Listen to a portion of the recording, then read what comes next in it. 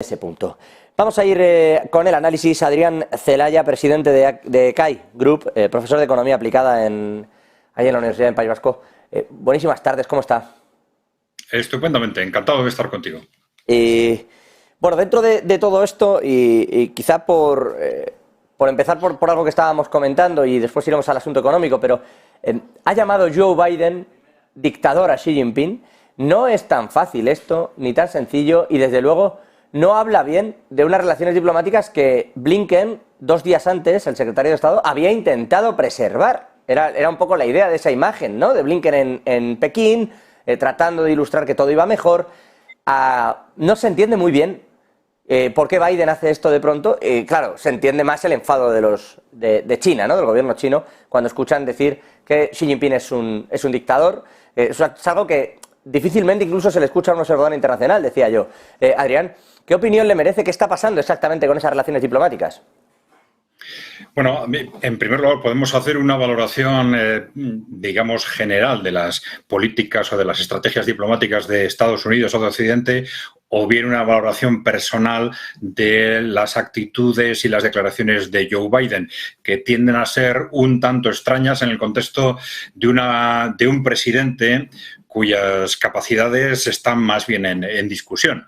Pero bueno, prescindiendo de estas circunstancias tan personales, parece claro que Occidente no sabe muy bien cómo moverse en el contexto actual, un contexto inédito en el que tiene la sensación de que está perdiendo de alguna forma el control del mundo, y la Casa Blanca, que está acostumbrada a decidir por sí misma cómo quiere o no quiere tratar a unos u otros interlocutores, se encuentra ante una situación realmente nueva y tremendamente contradictoria, ¿no? De todas formas, hay que tener en cuenta, ya entrando un poco más en el fondo, primero, cuál es esa actitud tradicional de Occidente, no solo de Estados Unidos, también de Europa, de utilizar, digamos, una especie de sensación de superioridad con respecto al resto del mundo de forma demasiado práctica, ¿no? En el sentido de que, bueno, damos por supuesto que lo que no es Occidente son países subdesarrollados, en otro estado de civilización inferior, pero es un estado de civilización inferior con el cual podemos jugar en función de las circunstancias. Si estos países son amigos, bueno, los tratamos bien, no los criticamos, y si vemos que se escapan de nuestro control o que se hacen más o menos enemigos, pues entonces sacamos a relucir que evidentemente es un país impresentable, dictatorial, subdesarrollado, etcétera, ¿no? Y esto es un poco lo que está sucediendo incluso con el caso de China. Recordemos que unas declaraciones, incluso con un artículo reciente creo que fue el propio George Soros el año pasado, el que escribió que nuestro enemigo no es China, sino la China de Xi Jinping, ¿no? Con lo cual, de alguna forma, ya están reflejando, mira, no es una cuestión de dictaduras o no dictaduras, de derechos humanos o no derechos humanos. Aquí la cuestión es que os llevéis bien con nosotros o no. Los anteriores a Xi Jinping se llevaban bien, trataban bien a las multinacionales norteamericanas y a las propias multinacionales chinas. Desde que está Xi Jinping en el poder hay una forma de actuación, digamos, más estricta, más vigilante del comportamiento de las multinacionales. Por lo tanto, Xi Jinping cada vez más es un peligro para nosotros, ¿no? Esto es una dialéctica que desde fuera de Occidente se ve muy claro, en particular en China, y que hace que desde su punto de vista, desde luego, pierda toda credibilidad este tipo de declaraciones. Aparte de, por supuesto, como vosotros habéis puesto de relieve, ser diplomáticamente desastrosas, evidentemente.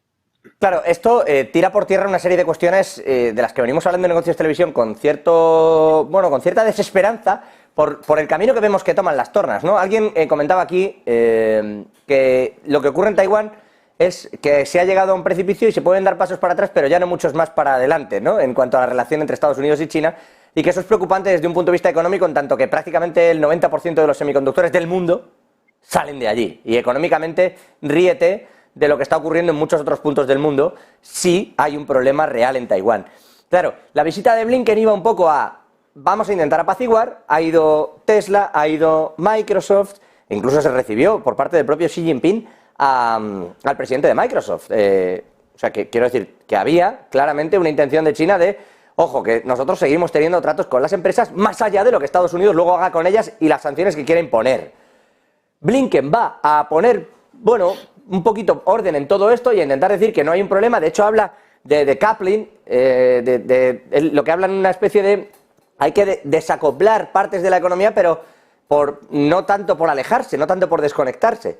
Y sin embargo, llegan unas declaraciones como esta, es de entender por qué Xi Jinping no recibe entonces a Blinken la semana pasada, no sale con él, y es de entender entonces que no se produzcan esas fotografías y que ahora podamos ver incluso una escalada de todo este asunto en Taiwán, que celebra el año que viene elecciones. ¿Cuál es la tesitura que se abre ahora mismo frente a todo esto? Bueno, yo creo que lo que está haciendo Estados Unidos con China lo está haciendo ya, bueno, tanto Estados Unidos como Europa, ¿no? Lo estamos haciendo ya casi con el conjunto del mundo, ¿no? Tenemos esa sensación de que el resto del mundo se nos está escapando y estamos abriendo una estrategia de lo que se suele llamar de palo y de zanahoria, prácticamente con todos los países con los que pensamos que puede ser útil. En este momento parece que se está dando por perdido en ese sentido a Rusia, pero se ha intentado enseguida con China antes de asegurarnos de que, digamos, es terreno perdido. Parece que la visita de Blinken a China fue en este sentido pues un aparente fracaso, y esto facilita el camino de la estrategia del palo. Pero es que algo similar está sucediendo con otros países. Dentro de esa estrategia, vamos a ver, de intentar atraerse a los países que cuando pensamos que todavía nos los podemos atraer, y ahí está este movimiento de la Unión Europea con respecto a Latinoamérica, reconociendo que hay que cambiar las políticas, que hay que prestar más atención ahora a estos países, cuando pues en el momento en que ven que se les están escapando hacia el eje China-Rusia, ¿no? Desde el punto de vista en concreto de lo que está pasando en China y en Taiwán, tenemos distintas coordenadas. Por un lado, parece que la evolución interna de Taiwán, la evolución política, va en una línea de un creciente peso de las tendencias favorables al entendimiento con la China continental y de reconocimiento, digamos, de la unidad histórica de los dos estados, ¿no? Pero claro, aquí lo importante es el factor económico, por un lado, el peso que el control de Taiwán puede tener dentro de esa división bipolar del mundo que nosotros mismos estamos creando. No nos olvidemos de que, como consecuencia de las medidas que estamos adoptando desde hace un año, estamos dividiendo el mundo en dos. Occidente por un lado, el resto del mundo por el otro, y este telón de acero que estamos creando nos va a generar muchísimos problemas a nosotros mismos. Si pensamos que Taiwán, dentro de esa construcción del telón de acero, va a quedar del otro lado, esto nos va a crear muchísimos problemas económicos que, bueno, son difícilmente aceptables, y esto va a ser mucho más importante que asegurar el control de Taiwán. Pero, de cualquier forma, lo que ha sucedido con Taiwán ha respondido más bien a una estrategia, yo diría, de provocación o de apertura de un segundo frente, si se quiere. Es decir, ante las dudas que parecía que existían en Washington con respecto a cuál iba a ser el posicionamiento de China ante el conflicto Rusia-Ucrania, se trataba de intentar presionar a China de tal forma que se le advirtiera que si se alineaba con Rusia había un alto peligro de que estuviera abriendo un frente directo contra Estados Unidos y en Taiwán. Esa estrategia no ha tenido éxito. El alineamiento de China con Rusia, como era esperable, sabiendo cuál era la situación desde hace muchos años, ese alineamiento está siendo prácticamente total. Y entonces, bueno, pues Estados Unidos intenta dar pasos dentro de esa estrategia, teniendo en cuenta que hay dos líneas dentro del propio Washington y dentro del propio Occidente. Una línea que es más favorable a aceptar los hechos consumados, a adaptarse a esta nueva situación que se está creando en el conjunto del mundo, y otra línea que tiene una actitud, digamos, más numantina, que es la más peligrosa y que estaría dispuesta, vamos a decir, a todo en caso de ver en peligro no solo esa hegemonía mundial, sino teniendo en cuenta que ese mundo bipolar situaría al propio Occidente en una situación terriblemente inestable internamente también desde el punto de vista económico y político, ¿no? Bueno, sin ninguna duda. Y claro, ante esta tesitura, Yo le preguntaba por Taiwán, casi, no quiero tampoco, sé que dar un mensaje telegráfico es peligroso, pero de forma un poco escueta, Adrián, ¿qué cree que va a pasar en Taiwán en los próximos meses? ¿Va a haber un conflicto real? Es decir, vamos a ver una escalada hasta el punto, porque ha habido maniobras ejecutando, maniobras de lo que sería una posible invasión por parte de China.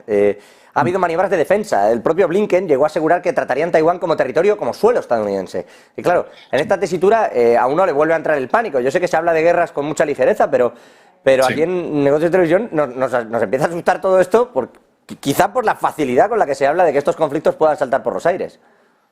Sí, esto no se puede prever de una forma matemática, evidentemente, precisamente por lo que comentábamos ahora. Hay dos tendencias dentro del propio Occidente, dentro de las grandes corporaciones que tienen una gran influencia sobre la política en Estados Unidos y en Europa, y hay una tendencia que yo creo que es mayoritaria a irse acomodando, que va a evitar a toda costa ese contexto de conflicto mundial, porque claro, una ruptura en Taiwán no sería solo una ruptura con China, sería abrir la espita de un conflicto mundial. Pero también hay una tendencia minoritaria que está dispuesta y está apostando por un conflicto mundial como la única vía de salida ante lo que ven como un altísimo riesgo, no solo de pérdida de la hegemonía mundial, sino de la pérdida del control del propio Occidente. El otro día nos preguntaban si esto es un contexto en el que podríamos considerar posible,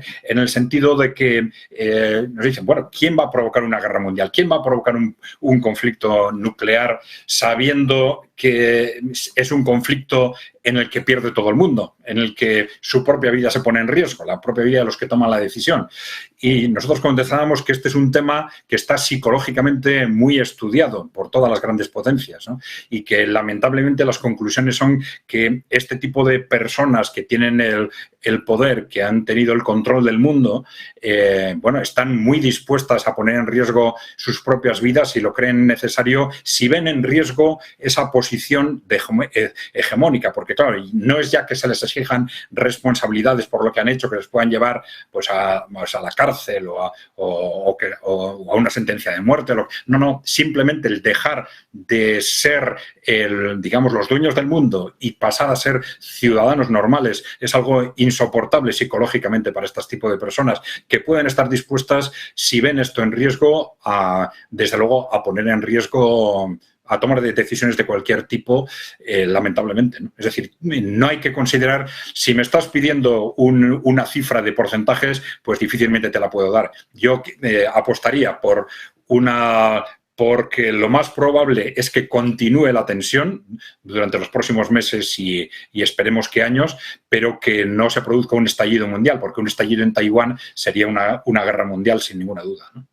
Claro, eso es lo que tiene una pinta fea, efectivamente. Entre tanto, por cierto, mientras Estados Unidos se carga por completo esas relaciones diplomáticas con China, con frases como las que hemos visto de Joe Biden, lo que estás intentando contentar a socios que habitualmente lo han sido de Estados Unidos, pero que cuidado, porque en ese mundo bipolar que menciona Adrián no tienen tan claro que se vayan a posicionar con Estados Unidos. Hablo de India, que de momento está jugando a todo, es decir, a coger yuanes, a coger rublos, a coger dólares y a coger lo que haga falta, y particularmente de una Arabia Saudí que durante mucho tiempo ha estado posicionado del lado estadounidense y ahora, tras la vuelta a las relaciones diplomáticas con Irán de la mano de China, claramente está muy abierto a explorar opciones con el país oriental. Y Estados Unidos está intentando recuperarlo. Esta semana también con Narendra Modi visitando precisamente el país norteamericano. ¿Qué cree que está pasando también en ese tipo de relaciones? ¿Y cree que se va a partir por completo el bloque económico o India va a ser más inteligente que todo eso? Lo digo sobre todo por esa subidón que están pegando los BRICS en tanto a solicitudes también de entrada en ese club de nuevos socios. Sí, bueno, desde luego esta es la gran sorpresa geopolítica del año.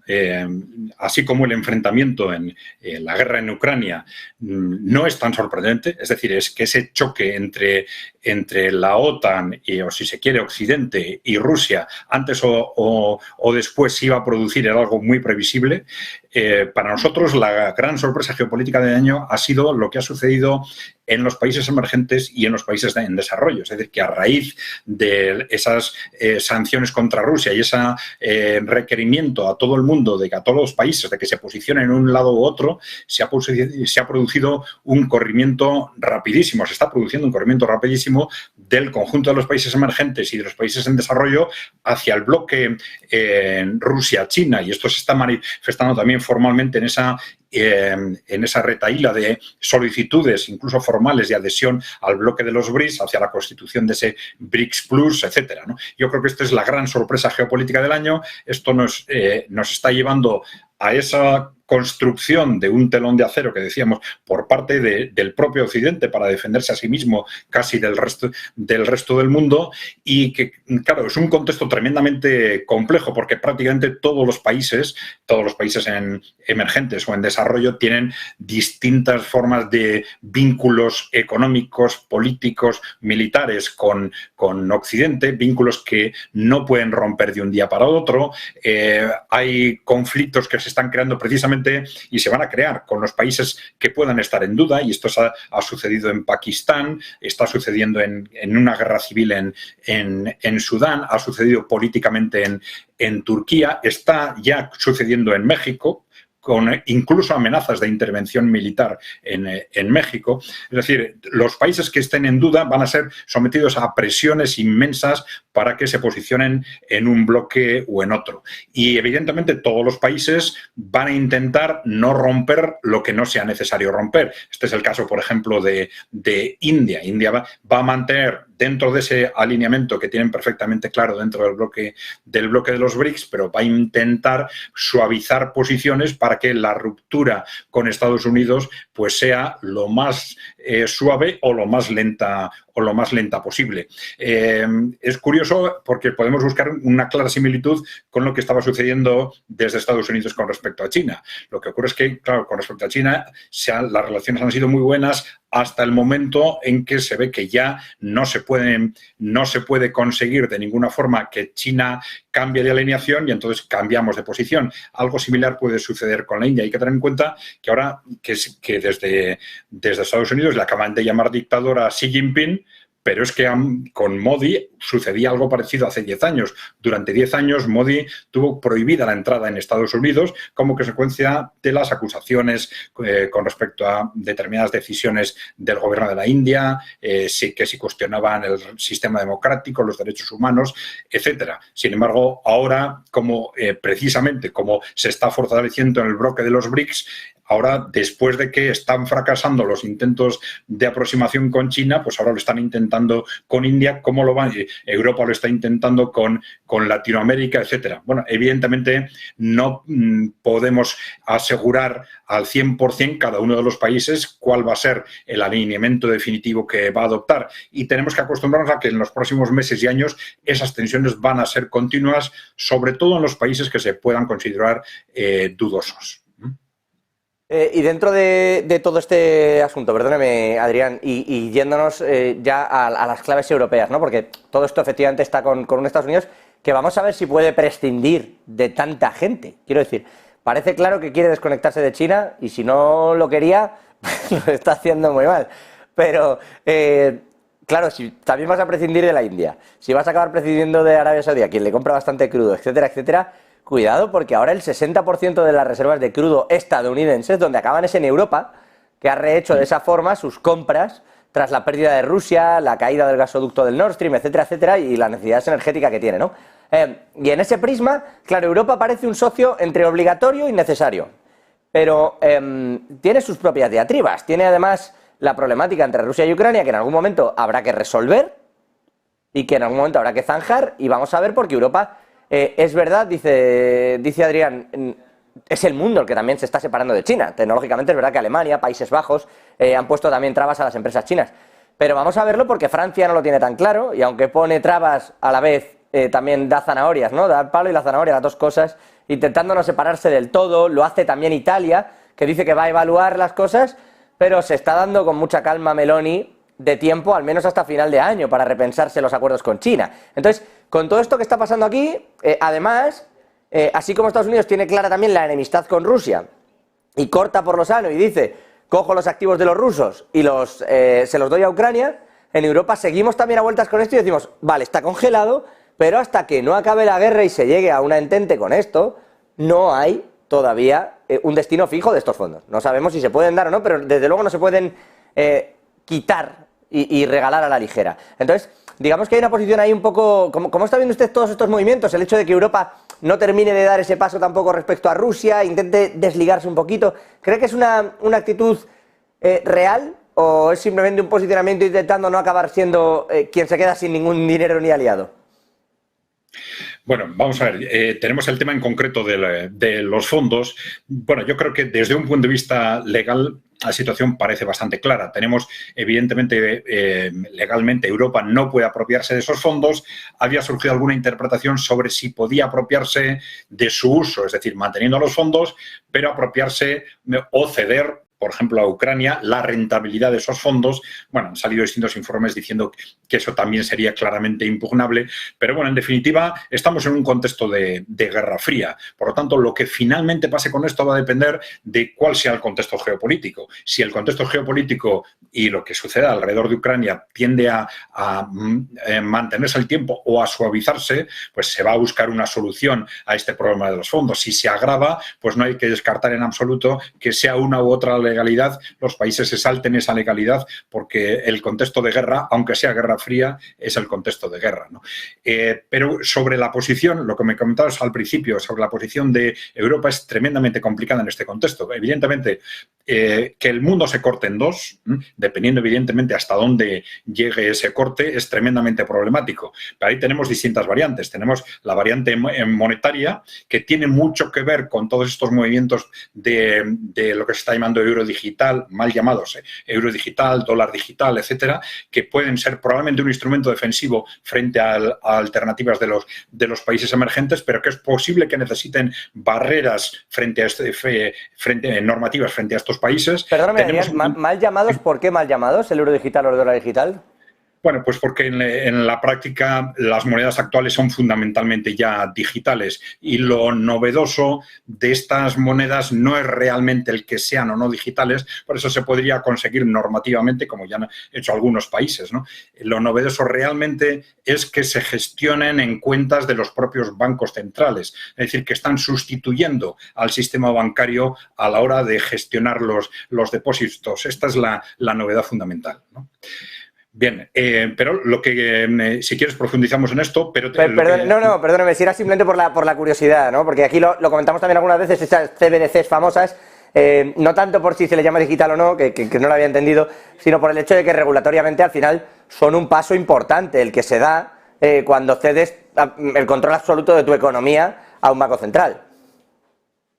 Bueno, vamos a ver, depende de la perspectiva. Sí, se habla de pasos intermedios, pero bueno, que da como susto el final del camino, ¿eh? Sí, porque ya están advirtiendo de que puede haber muchas funcionalidades intermedias. Es decir, en la medida en que se introduzca la primera amenaza del euro digital es para el sistema bancario, precisamente porque están sustituyendo a la banca comercial en la gestión de depósitos, y esta es la clave fundamental. Es decir, esto va a llevar por sí mismo, las presiones de la banca son altísimas, o para retrasar la introducción del euro digital o para que se limiten sus usos.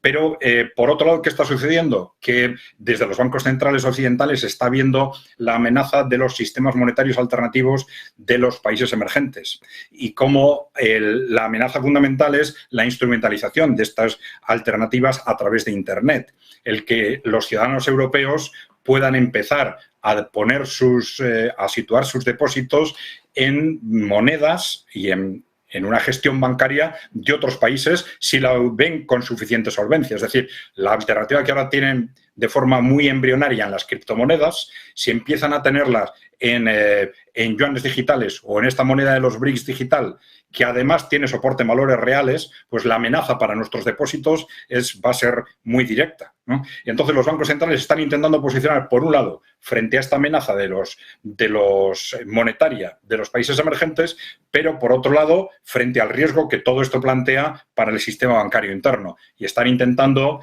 plantear quizás alternativas intermedias que se vayan a utilizar simplemente para determinados usos, ¿no? Yo creo que ese es el contexto fundamental en el que se están moviendo los bancos centrales, ¿no? Bueno, perdóname porque la había interrumpido. Más allá de estas divisas digitales, el punto europeo, el momento en el que está y esa proyección, perdóname, Adrián. Sí, no. Vamos a ver, esto es algo tremendamente, digamos, radical lo que está sucediendo y lo que puede suceder con ese corte económico entre Occidente por un lado y el resto del mundo por el otro, evidentemente para todos los países. Pero desde el punto de vista de los países emergentes y en desarrollo, puede ser un modelo económico, un espacio económico relativamente sostenible, ¿no? Que puede tener una lógica. El problema en nuestro modelo económico es que Europa, Estados Unidos, Japón son todos territorios muy industrializados. El problema es, si se produce ese corte económico, ¿a quién le vendemos nuestros productos, ¿no?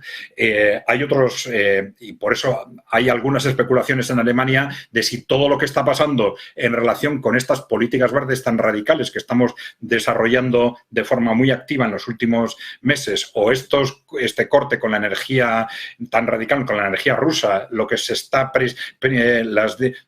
presiones que está habiendo para que la industria Alemania corte o disminuya sus relaciones económicas con China, si todo esto no nos está llevando a un contexto de desindustrialización progresiva de Europa y sobre todo de Alemania. Hay otros problemas. Por ejemplo, Francia, la economía francesa tiene una dependencia altísima con respecto a las materias primas y al control de vamos a decir, neocolonial de los países africanos. Un control que está perdiendo radicalmente porque, vamos a decirlo, los rusos les están echando fundamentalmente de África, y esto es lo que está haciendo en buena parte que los países africanos uno tras otro estén apostando de forma tan directa, tan clara y tan insultante para Europa, vamos a decir, por los BRICS y por las estrategias de Rusia y de China. Es decir, todo esto está creando un contexto tremendamente difícil para el conjunto de Europa, para el futuro de Europa, ¿no?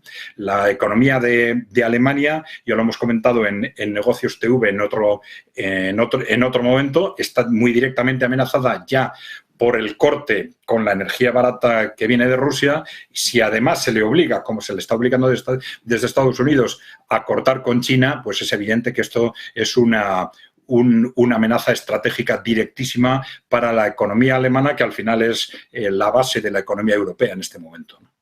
Adrián Celaya, me quedo sin tiempo, no sin preguntas, le haré muchas más, encantado, y como siempre es un gusto tenerle con nosotros, presidente de CAI Group, profesor de Economía Aplicada. Un placer, lleve buena tarde y le agradecemos, como siempre, las respuestas. Muy bien, encantado de estar con vosotros. Un saludo. Un abrazo. Nosotros